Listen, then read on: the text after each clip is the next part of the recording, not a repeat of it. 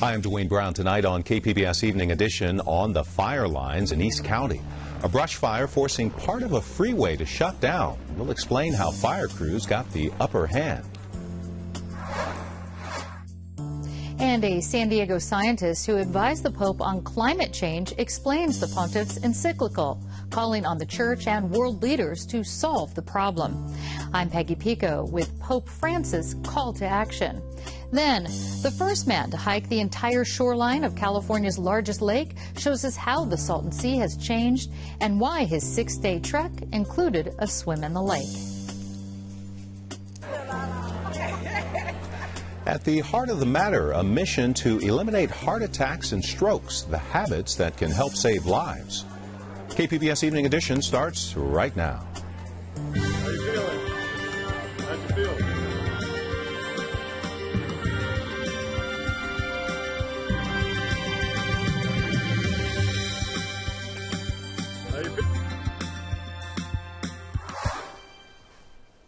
Hi, good evening. Thanks for joining us. A brush fire had parts of East County on high alert tonight.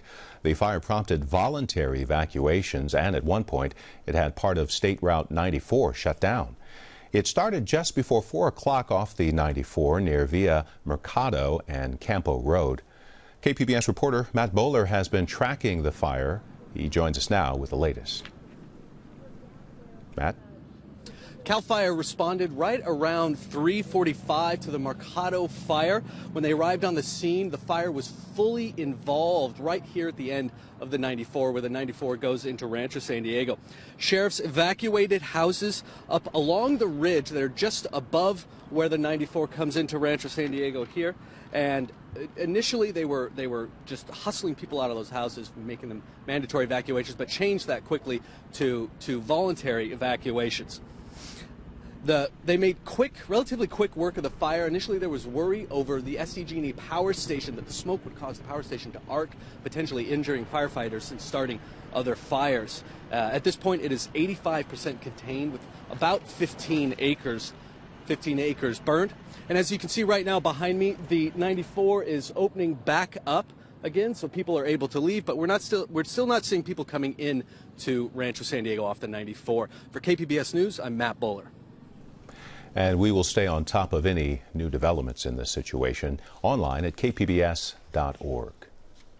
A new bump in California's jobs outlook. The state's unemployment rate increased slightly last month to 6.4%. This marks the first uptick in nearly 5 years. California's unemployment figures remain higher than the national outlook. The report also shows there is evidence of strong job growth last month.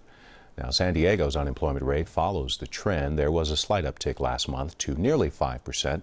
Overall in California, more than 1 million people remain unemployed, but there were some jobs added, including in the accommodations, food services, and construction sectors. A recent survey shows people in San Diego and Tijuana are eager to work together on issues like immigration and the environment. The survey from UC San Diego shows 70% of respondents on both sides of the border want more collaboration.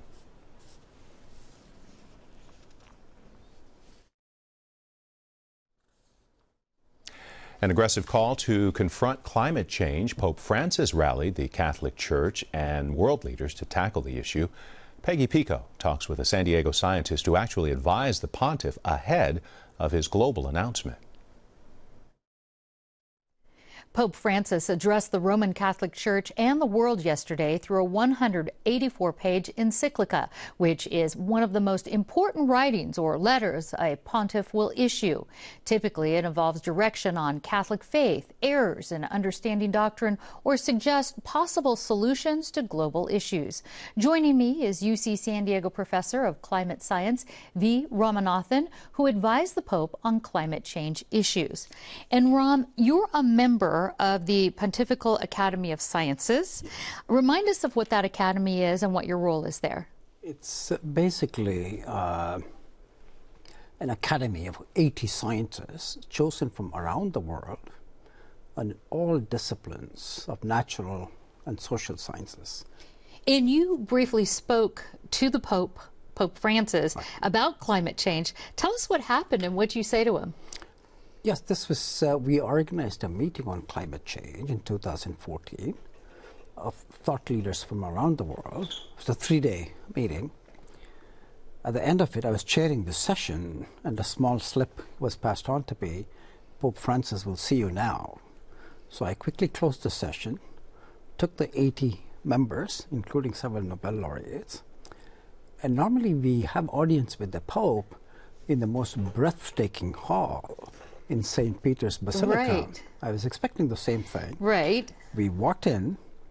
Before we could enter the Basilica, Pope Francis got out of a small car in the parking lot. Right. I realized this is a parking lot pitch I'm about to make.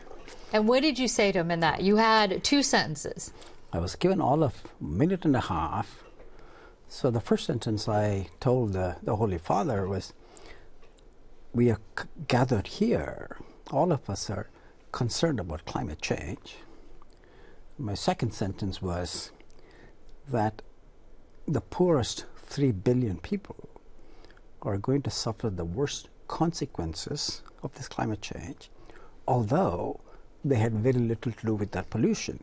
Did he answer you? Yes, the Pope said something a bit in Spanish, and someone translated to me saying, Holy Father wants to know what he can do about it. So I mentioned to him, if you can please include in your speeches that people should be better stewards of the planet. And it seems like he did that specifically on this encyclical yesterday. What did he say about climate change? You know, it's one of the most eloquent statements of where we are as human beings on this planet, our relation with nature and our relation with each other. He put climate change in that context, and he clearly made it clear it's a moral, ethical issue to preserve the beauty of the planet as it was given to us and to protect people. He was very strong. He had some harsh words about the condition of the earth, writing, quote, "The earth, our home, is beginning to look more like an immense pile of filth." Who does the Pope blame, if anyone, for these current conditions? He was careful not to get into that. I mean, all human beings we are to blame, but the talk I had given at the Vatican pointed out 1 billion people are responsible for most of this pollution. And so the Pope sort of made that distinction between those who are contributing to the pollution and the poor who are going to suffer the consequences. Yes, he had some call to action on that as far as places like the United States to step up and help other poor countries. Finally, we have to end on this. The Pope has been criticized for those who have said this is not a political issue, and maybe he is politically meddling. What is your response to that? That's where I want to bring in this Pontifical Academy of Science. He's not necessarily relying on United Nations or other nations or politicians. He has his own advisors, Nobel laureates, scientists. So whatever he said in that document is based on the best science that's possible. All right, we have a lot more on our website, kpbs.org. Ram Ramanathan, thank you so much. Thank you.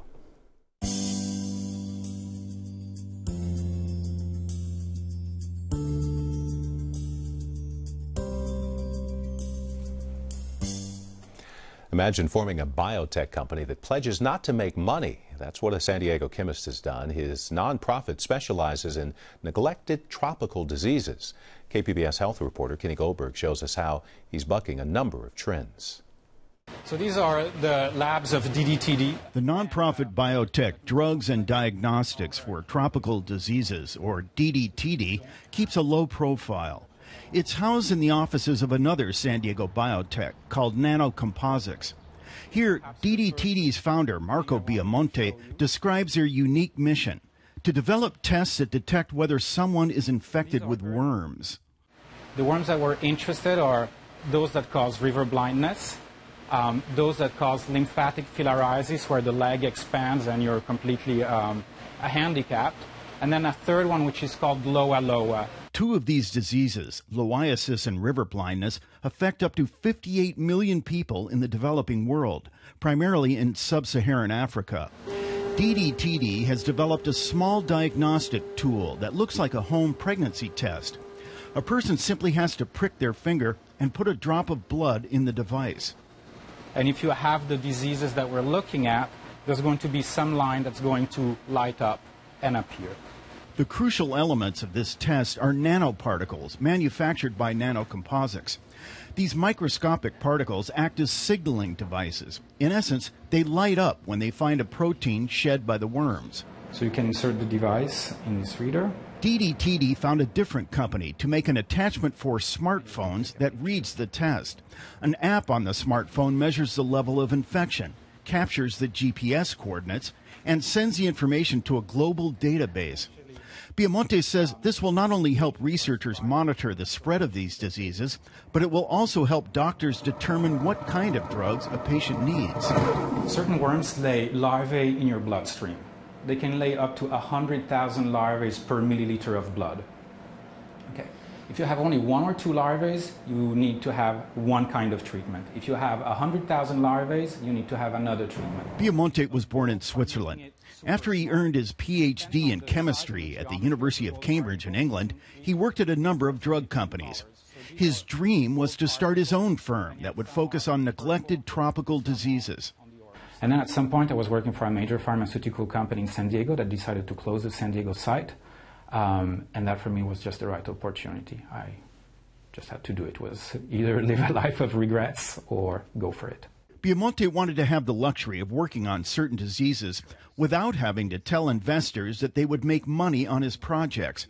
So he formed a nonprofit. That enabled me to get a lot of goodwill right from the start. So I received donation of equipment from pharmaceutical companies, from private donors, and I could get started immediately. DDTD was founded in 2011. Shortly after that, Biamonte found a mentor, former biotech executive Martin Mattingly. Mattingly advised Biamonte as he developed his business plan and a presentation for potential investors. Mattingly says whether someone is pitching a for-profit biotech or something unique like DDTD, the fundamentals are the same. I mean, they both still require you to convince somebody that what it is you're doing is important and will succeed. Because even if you're donating money like someone would to this company, still you don't want to donate money if you don't believe they could be successful in producing something. The test for river blindness and loiasis would really fill a need. That's the opinion of Dr. James McCarrow, the dean of UCSD's Skaggs School of Pharmacy.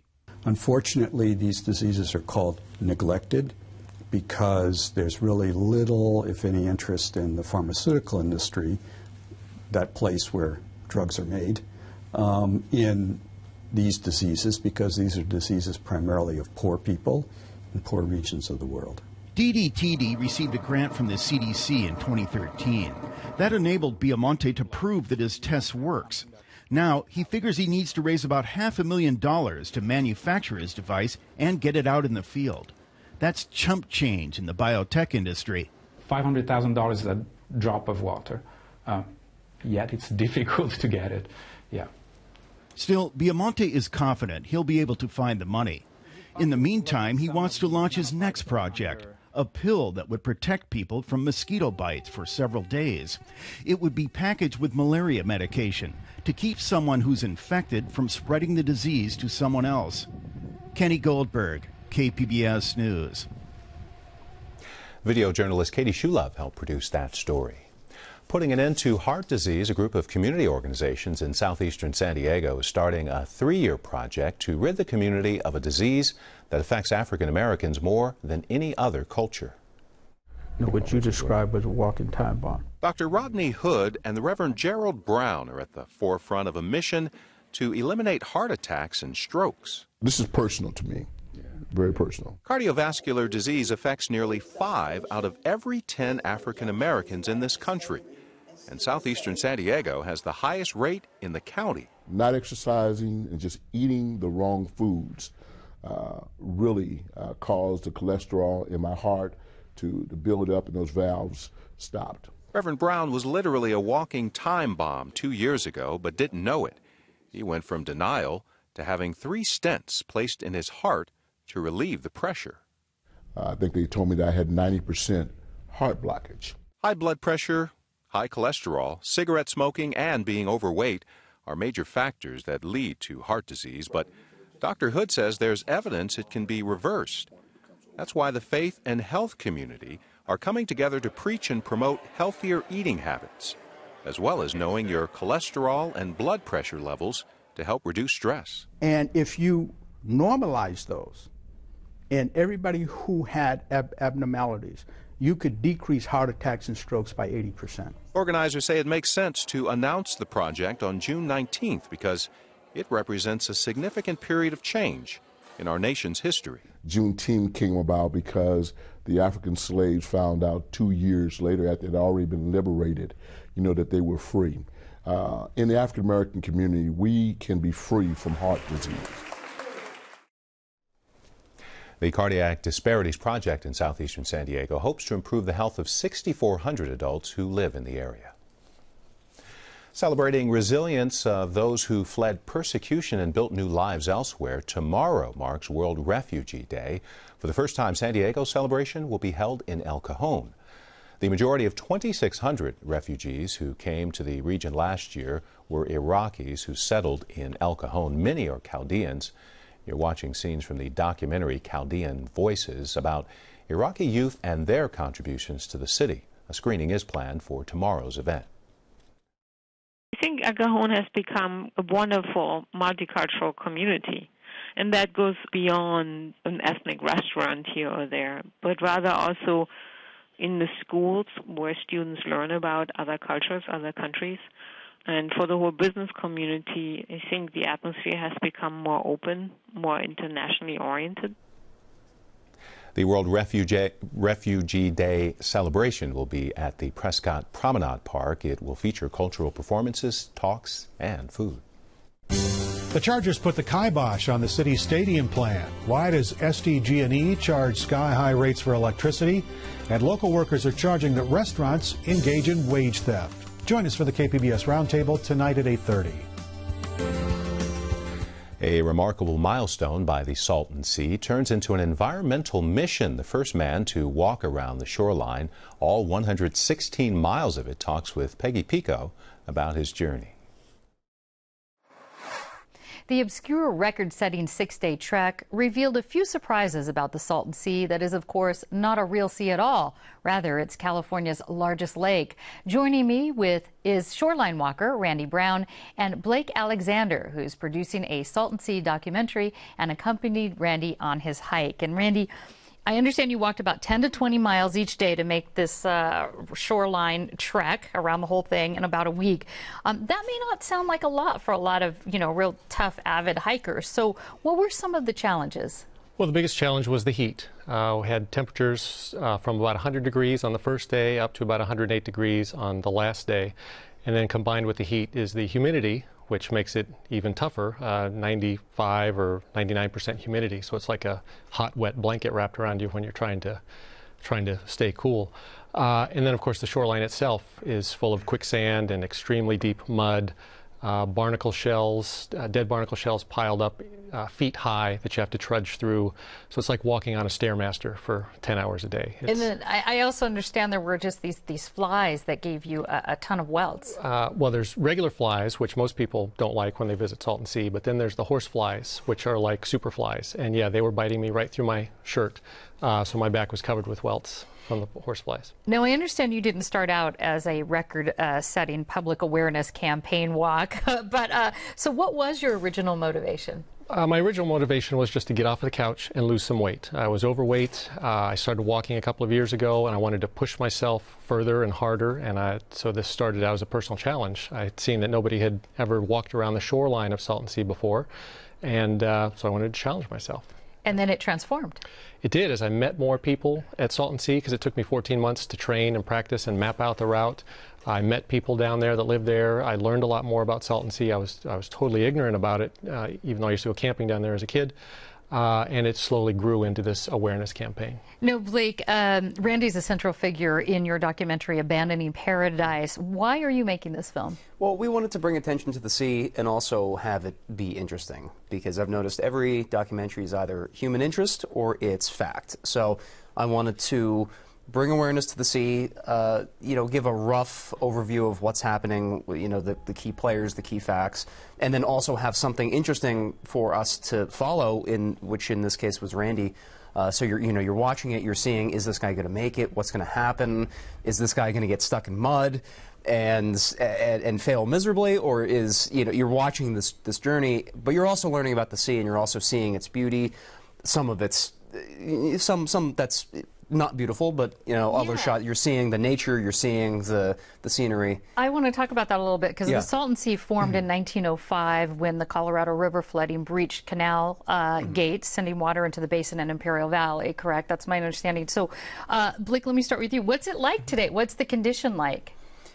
It's, the difference between the two of us is that he saw it more towards the end of its heyday. So he actually knew it as a popular destination. For me, I always knew it as this place that was just desolate. It was empty. It was, everything was run down. So I've actually seen, Randy's seen the decay since he's been going. I've actually seen an increase. I've seen the yacht club, they put, I think, $3 million into this building. At the state beach there, they have this new pavement. That's where I learned to drive. Yeah.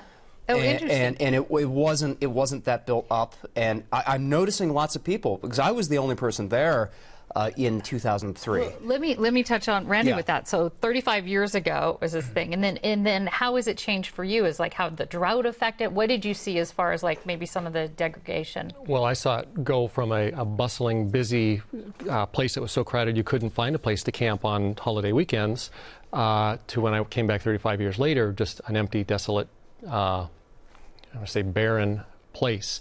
The water line has receded hundreds of yards. It's just because of the drought. Because of the drought, but also just because it's slowly drying up and it's accelerating. Can you swim there? I know there's rumors that it's just so horrible, but you went swimming. Yes, we did. Absolutely, you can swim there. You can fish there. You can eat the fish. Yes, and it was. We went swimming at the end of my walk on Sunday, and a big group joined us swimming at the North Shore Marina Yacht Club, and it was a great swim. Okay, I'm going to have to end on this. What do you want people to take away from your walk and also from the film? I'd like to take away, or like people to take away, the fact that Salton Sea is still there. It is not a dead place, but if we don't do something, it will be, and it'll be an ecological disaster. Mm-hmm. And how about you, Blake? I just want people to care. I want people to Google the Salton Sea. I want people to know where this place is in general, see some of the beauty, and maybe actually say, hey, that's a place that I want to go see.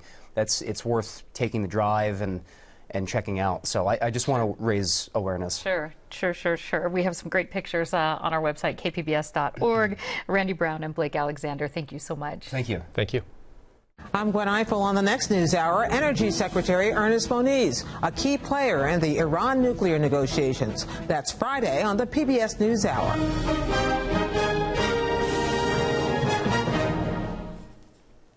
Comic-Con is only weeks away, and the San Diego Public Library is teaming up with the group to present the art of Comic-Con.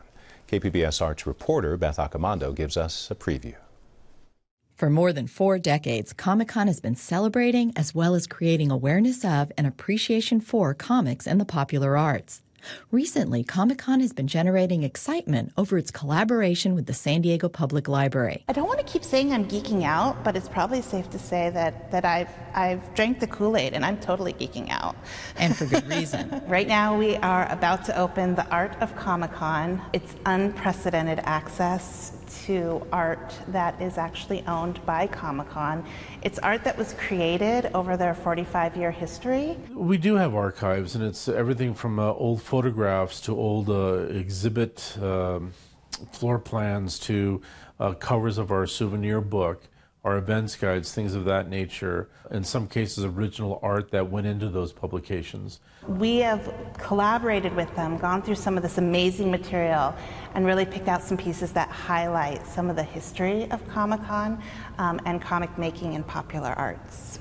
I'm a sucker for process. pieces and getting to actually kind of see the artist's hands. So I really love the Babs Tarr Batgirl that we have, because you get to see it from sketch all the way through where she started doing the digital coloring of it. This show has over 60 artists, and a lot of those are these wonderful little sketches that artists did for the souvenir guides, and there's so much diversity in them.